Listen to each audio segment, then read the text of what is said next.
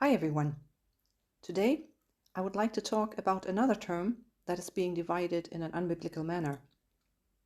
And by the way, I have created a playlist called Unbiblical Divisions, where you will find all the videos of this series and older ones on the same topic. What I would like to talk about in this video is found in verse 23 of James 2, and it reads, "And the scripture was fulfilled, which says, Abraham believed God, and it was accounted to him for righteousness, and he was called the friend of God." James frames this verse with the following two verses. Verse 21 and 22 read, "Was not Abraham our father justified by works when he offered Isaac his son on the altar? Do you see that faith was working together with his works, and by works faith was made perfect?" And the verse after that, verse 24, "You see then that a man is justified by works and not by faith only." James wants to actually make the point that justification is by faith plus works. The verse he then cites does not really fit. It actually says the opposite, namely, that it was Abraham's faith that was accounted to him for righteousness. Now, what is being taught by grace believers is that those are two separate events, separated by the end at the beginning of verse 23, with the first event, Abraham being justified by faith, and the second, him being called a friend of God. The first, him being made righteous, happened in Genesis 15, verse 6, where it says, "And he believed in the Lord, and he accounted it to him for righteousness."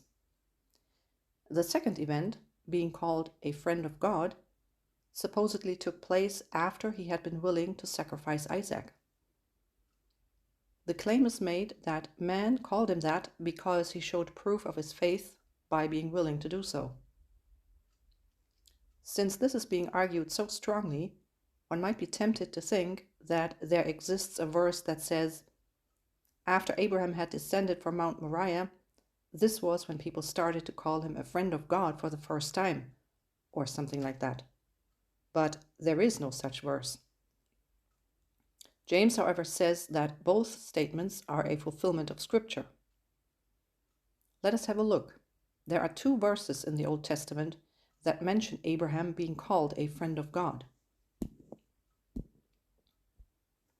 The first is found in Isaiah 41, verse 8.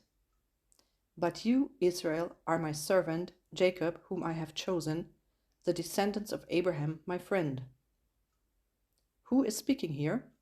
God is. The second verse is in 2 Chronicles 20, verse 7, in a prayer of Jehoshaphat. "Are you not our God, who drove out the inhabitants of this land before your people Israel, and gave it to the descendants of Abraham your friend forever?" This was approximately some 250 years after Isaiah was written. By then, Abraham was already widely known by that title, a title that had been given to him by God.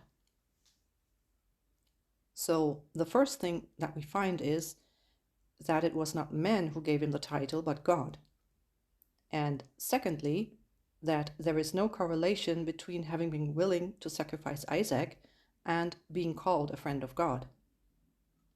This claim is only made based on the fact that James frames the friendship verse with a statement that Abraham's justification happened by faith plus works.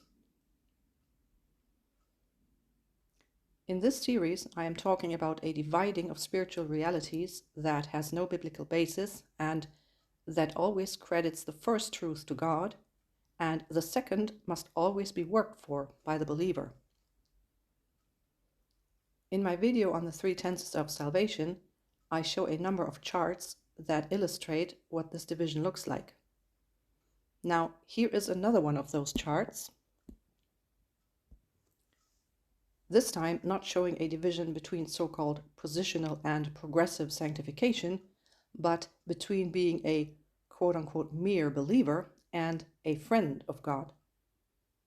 As you can see, the friendship column has a condition assigned to it: obedience.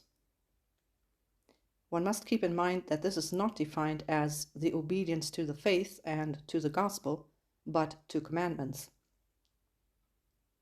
We see that the scripture that is said to support this argument is John 15, verse 14.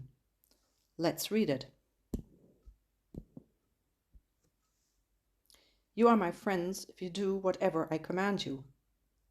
So this is where they get their condition obedience from. Now, what is it that Jesus commanded us to do? We read that in 1 John 3, verse 23, and this is his commandment, that we should believe on the name of his Son Jesus Christ and love one another as he gave us commandment. So, first of all, we have become friends of Jesus by believing on him. But let us see how the thought in John 15 continues. Verse 15 reads, "No longer do I call you servants, for a servant does not know what his master is doing. But I have called you friends, for all things that I heard from my Father I have made known to you." What is the condition here for Jesus calling us friends? Is there any at all? The way this teaching goes, one would expect the verse to state, "I have called you friends, for you have proven yourselves worthy of it by being obedient." Instead, what does it say? "For all things that I heard from my Father, I have made known to you." This is not a condition to be fulfilled by the believer. Rather, it is Jesus saying that the fact that he told them all the things he had heard from his Father shows that they are his friends. Now, in the chart, in the right-hand column at the bottom, you see that only if the condition of obedience is met, and therefore the believer is called a friend, is divine insight being granted to him. In our verse from John 15, we read nothing of that. So why then is the supposedly existing special privilege of divine insight shown as a so-called benefit that is supposedly only for obedient friends?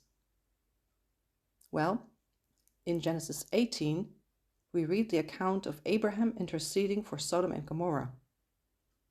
Before that, God had made him privy to his plan to judge the cities.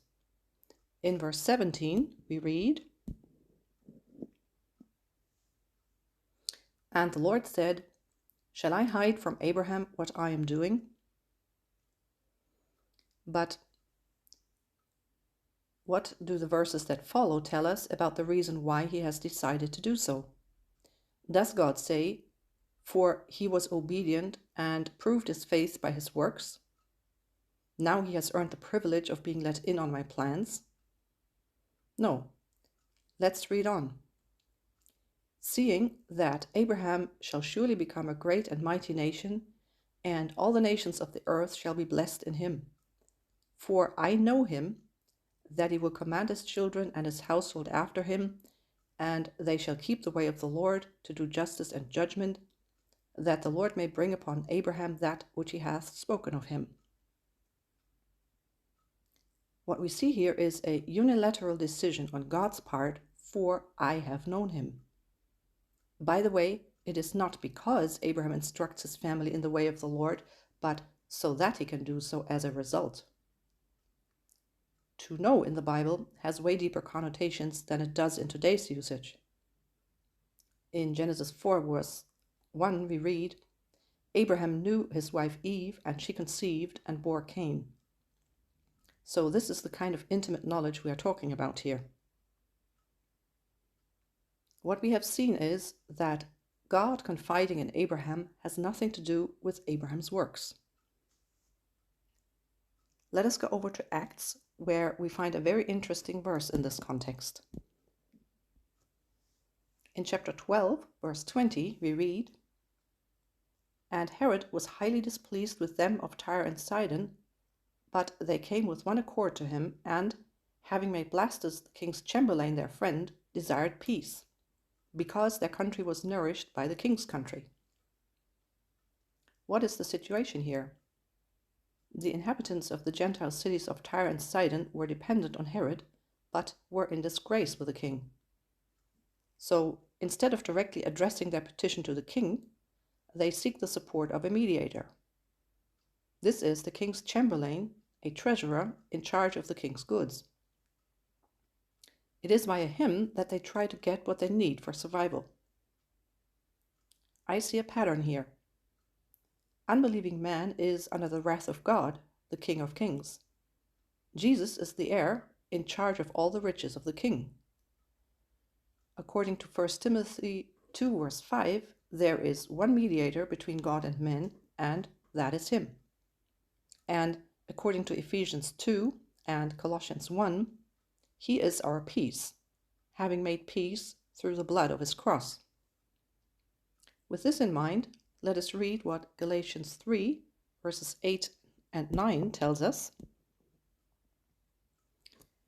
And the scripture, foreseeing that God would justify the Gentiles by faith, preached the gospel to Abraham beforehand, saying, "In you all the nations shall be blessed." So then those who are of faith are blessed with believing Abraham.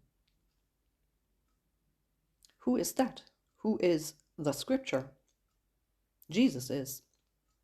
In John 1 and 1 John 1, we read that he is the Word. So we learn that Jesus himself preached the gospel to Abraham. In the account in Acts, we see that the inhabitants of Tyre and Sidon make Blastus their friend and so achieve peace with the king. From what we have learned about Jesus preaching the gospel to Abraham, we can know that indeed Jesus was his friend. This is the pattern we can see. Jesus is the one who makes peace and the one who distributes the riches of the king to his friends. Because we have him as our ally, we have peace with God. This peace is not dependent on us working for it, but on the fact that Jesus is our friend. So what we have seen so far is that there are no conditions attached to being a friend of God, and that the fact that Abraham was called a friend of God did not have anything to do with his works, but with the fact that God called him that. The only factor is faith. But there is yet another interesting detail in the context of friendship. Let us go to Isaiah 41 verse 8 again, where God says, "But you, Israel, are my servant, Jacob, whom I have chosen, the descendants of Abraham my friend." Here we have Israel being called God's servant and being identified as the descendants of Abraham, whom God calls his friend. By extension, Israel is God's friend as well. This is confirmed in the New Testament. In John 3, verse 29, John the Baptist says about Jesus, "He who has the bride is the bridegroom, but the friend of the bridegroom, who stands and hears him, rejoices greatly because of the bridegroom's voice. Therefore, this joy of mine is fulfilled." In God's program, Israel is the friend of the bridegroom. Now, who is the bride? We are the church, both believing Jews and Gentiles. So, while God is not withholding anything from us, nor treating us as non-friends, we are even more than that. The nation of Israel is called God's servant. But what is the reality for the members of the church, which came into existence after Jesus had completed his work and had sent the Spirit? Let us read Galatians 4, verses 6 and 7. "And because you are sons, God has sent forth the Spirit of his Son into our hearts, crying out, 'Abba, Father.' Therefore you are no longer a slave, but a son, and if a son, then an heir of God through Christ." We are sons, not slaves. That is even higher than being a friend. When Jesus in John 15 said to the disciples that he no longer called them servants, but friends, it was at a time when he had not yet completed his work. He had not yet become the firstborn of many brethren, and the indwelling of the Spirit of the Son was not yet a reality. This is different now. And because we are sons, we are heirs of God. We have everything. There are no conditions attached to gaining divine insight, as the chart claims. What does 1 Corinthians 2 tell us about the things which God has prepared for those who love him? From verse 10, God has revealed them to us through his Spirit. For the Spirit searches all things, yes, the deep things of God. For what man knows the things of a man except the spirit of the man which is in him? Even so, no one knows the things of God except the Spirit of God.